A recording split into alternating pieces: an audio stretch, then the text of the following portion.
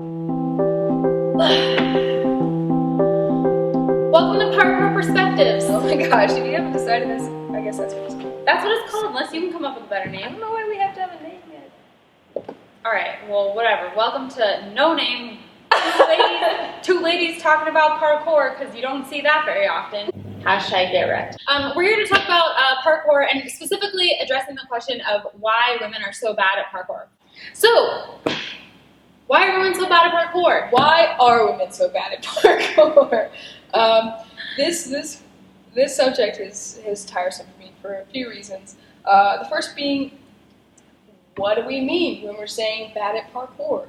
What is parkour? I know that's the argument everybody loves to talk about. And No, we can't go there. We can't go there. The thing is, we have to go there for a moment to understand what people are meaning when they're saying, oh, women are bad at parkour, or why aren't girls good at parkour, right? It starts with the thing itself, okay? Parkour means something different to everybody. That's how it is now. Parkour is an umbrella term. Once upon a time, parkour was actually a very specific thing. A very, very specific thing. It wasn't no flips allowed. It was you do these trainings to get your body to do these things. Strong, useful, right? Resilient, to be, to last. That was parkour. Didn't include no flips. In fact, it also didn't include no cat balance. In fact, it very much included trust exercises. Those guys used to hang each other off the dom du lock. Do you trust me? Let me hold you. If you don't know what the dom du lock is, look up your parkour history. Okay? Freerunning. Freerunning was a translation decision from an interview with Sebastian Foucan in, Jump London? I think it was Jump London. Might have been Jump Britain. Someone can correct me on that. But that was what created freerunning, was one guy's idea of their discipline and their movement versus another guy's idea of their discipline and movement. So what happened was, some people think all these different things already about the thing they're all doing together, and suddenly we have thousands of people doing it, and organizations who are putting their names on it, and people over here, oh, we are teaching the only parkour. No, we are teaching parkour. So we have to understand first, what are people saying when they're saying, well, women are bad at parkour? What they're saying is, women are bad at this type of parkour that we value. Big jumps, cats, power, or sport parkour. I actually fully embrace the term sport parkour because I think it separates itself enough from parkour, and it is having specific things involved with it, which is going to help. Right? Let's talk about prize money in competitions, in particular, as a way to reward people for the work that they've done once they get there, right? So a lot of people are saying, oh, well, or a few people are saying, so it's just a few people. It's not a lot. A few people are saying, oh, well, prize money for men and women should be different because the men are just working harder, they've been training longer. There are these reasons and logic that they're using to say that they should be paid differently. Let's go to our first male gym owner correspondent to hear about this reason for differential prize money for men and women in parkour competitions. I'm having a really hard time understanding the arguments. Jimmy? Alice, first off, let me just say that all this feminism, PC, blah, blah, blah. Feminism, blah, blah, blah! It's beside the point. It lacks the logic that you need at the professional level. You got all these men, you got all these little women, you got all these men trying to do these big fat movements for all this big fat prize money. You got some girls doing some things. There's no way that it makes sense from a business standpoint that you got 1,000 guys trying to pay $50 to enter, and you got like 6 ladies paying like $4.95, and there's no way that you can offer the same amount of money from this to them. It's not gonna work, Alice. Sorry. Well, so what about the biology? I mean, science tells us that men and women actually have different levels of upper body strength, which would affect climb-ups, which would affect speed in a parkour competition, and grip strength, for example. Science tells us that even non-athletic men have stronger grip strength than athletic women. Yeah. So what do you say about the science? Alice, I hear what you're saying about the science stuff, but honestly, I'm going to have to bring in some outside third-party old white guy doctor to give me some real facts. Okay, yeah, that's a good point. I don't think a lot of men would listen to me either, even though I'm getting a PhD. Our first male scientist correspondent to help us understand a little bit of the biology behind evolutionary mechanisms that maybe potentially create these differences between men and women. My name is Jim Thomas. I'm a professor at the Department of Genome Sciences at University of Washington. My area of particular interest and expertise is molecular evolution. In my opinion, there is good evolutionary theory supporting the idea that males and females in humans have been subject to different selection pressures that influence their physique and their risk-taking behaviors. In particular, the fact that in traditional societies, males do most of the hunting and also compete with each other for mates in physical competitions. Males seem to have evolved more upper body strength, larger muscles predominantly, and a tendency to accept personal risk and injury to a degree that's somewhat greater than females. To sort of clarify that idea, I should emphasize that there's a considerable range of these features, both the risk-taking and the upper body strength, for example, between males and females. So if we make a graph, males, of course, have a distribution, so it's probably roughly a normal distribution, bell-shaped curve, where some men have lots of upper body strength and some have relatively little. Some females have more upper body strength than some males, but on average, and the positions at the peaks of these distributions are clearly different. This is also true, of course, for height. Yeah, Alice, so he may have been a doctor, but he's not a business doctor. So the reality is, if we're trying to be equal, that you got all these guys kicking in money into their pot, you got all these couple ladies kicking in some money to their bucket. There's no way that you're going to take cash out of the men's pot and trickle it into the ladies' bucket so that there's equal pay. At that point, where's your equality if these men are putting in their money and we're just handing it to the ladies? That's not equality, Alice. Sorry, not equality. And do you think it's just biology? Is it just biology, or are there other factors that could... Oh, unquestionably, this has been reinforced by sociological preconceptions and opinions. So, 100 or 200 years ago, lots of men believed women couldn't think and couldn't do anything physically, which is, of course, completely wrong, and was a stereotype based on bias, prejudice. So one of the consequences of these distributions is that in order to reach a particular level of expertise, especially in sports that require a lot of upper body strength, women have to work harder on average. Look, I don't know how a lady is going to work harder than the men. You're coming in here in your comfortable yoga shorts. We got to wear these big, giant, floppy sweatpants. They get hooked on stuff all the time.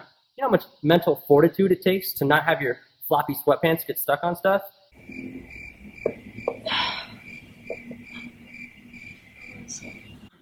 So let's back up. Why are women bad at parkour? Women are bad at parkour. Women aren't bad at parkour. Aren't some women bad at parkour?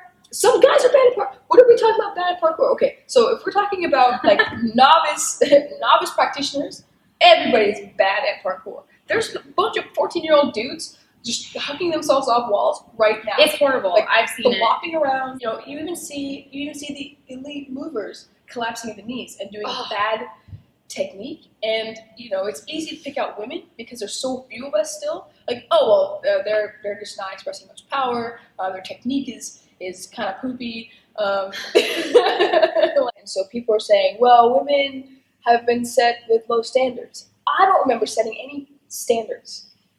Not once have I been like, oh yeah, I think we should only work this hard. There's a thread on Facebook that kind of blew up. This was a while ago. Yeah. where a very well-meaning person said, "Hey, why are women holding themselves back?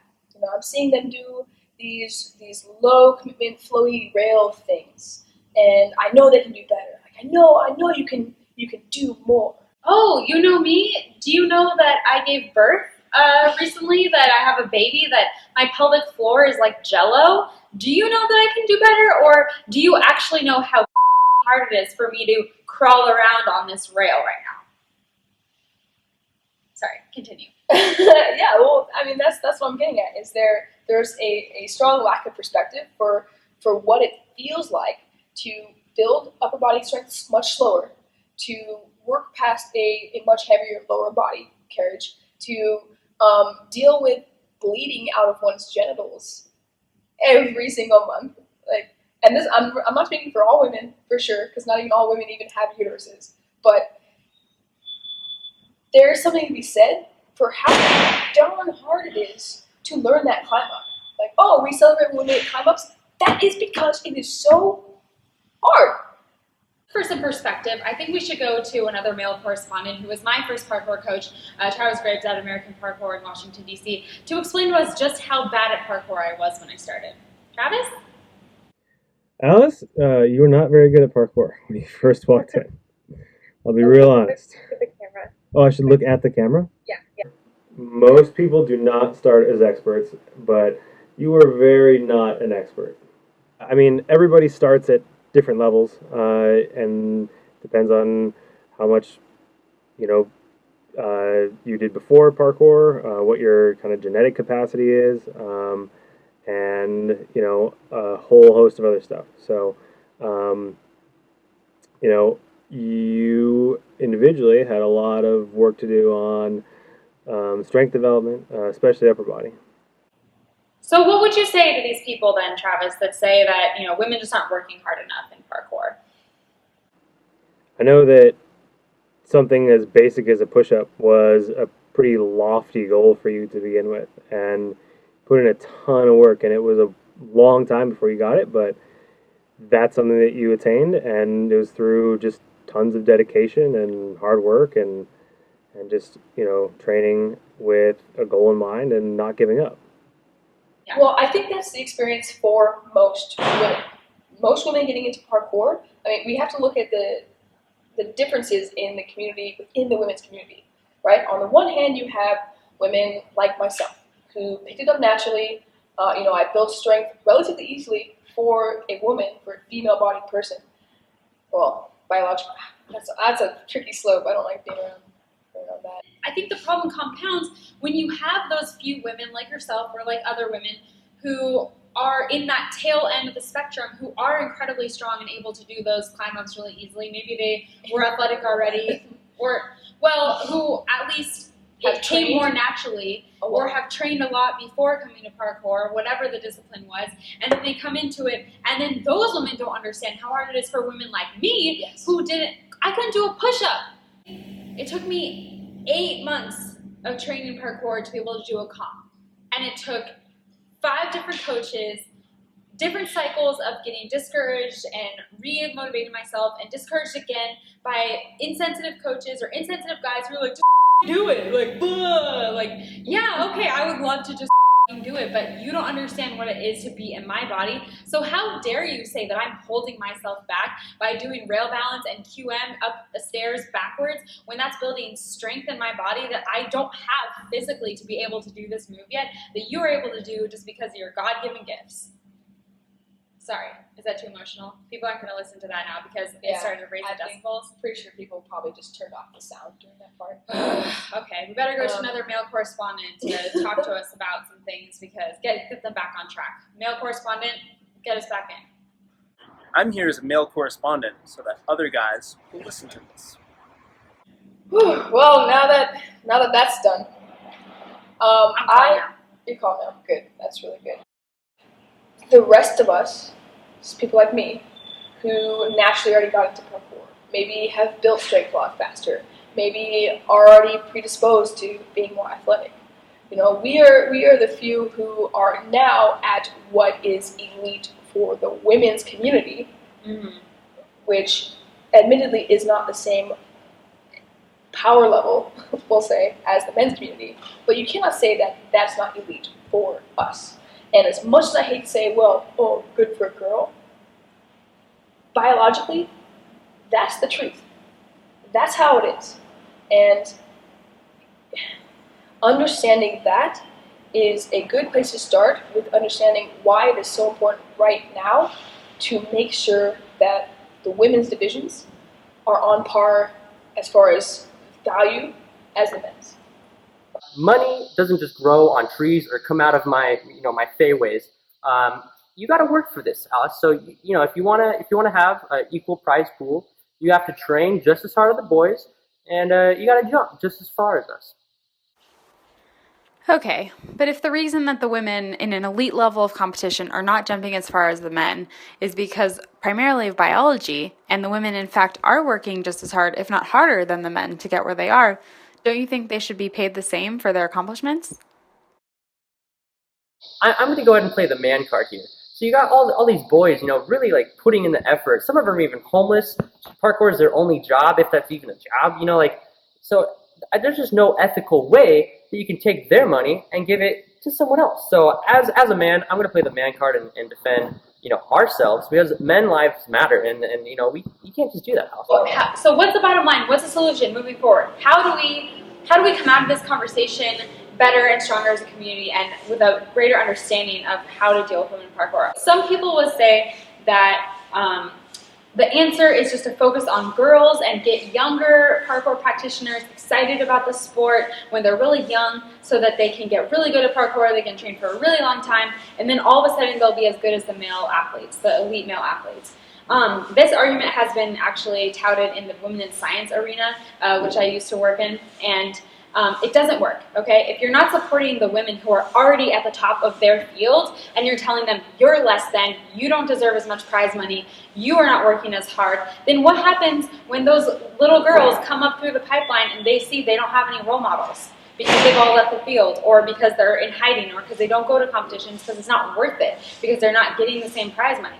It's not creating an equal environment. So if you encourage girls to go into an unequal environment, they're just going to get discouraged and leave to go to gymnastics.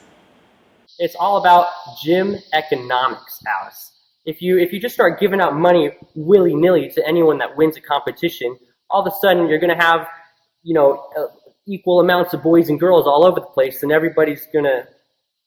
That's besides the point. It's just not good economics, Alice. Would you, Jimmy Davidson, down at Freedominmotion Parkour in Murrieta, California, would you make prize money different for men and women based on gym economics? Oh, God, no. We definitely support equality, and we want pay to be equal over here, and I definitely support equality in the sport.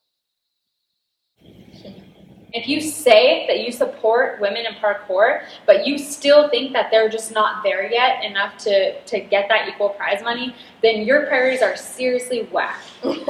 I agree with that, honestly. Like, hearing what Apex is putting up for their comp, I intend to qualify. I don't even like running competitions, not even at all. But shoot, if I could win $2,000 just for running fast, sign me up. I signed up. So I'm gonna go ahead and run that, because maybe it's because I think I have a good chance at it.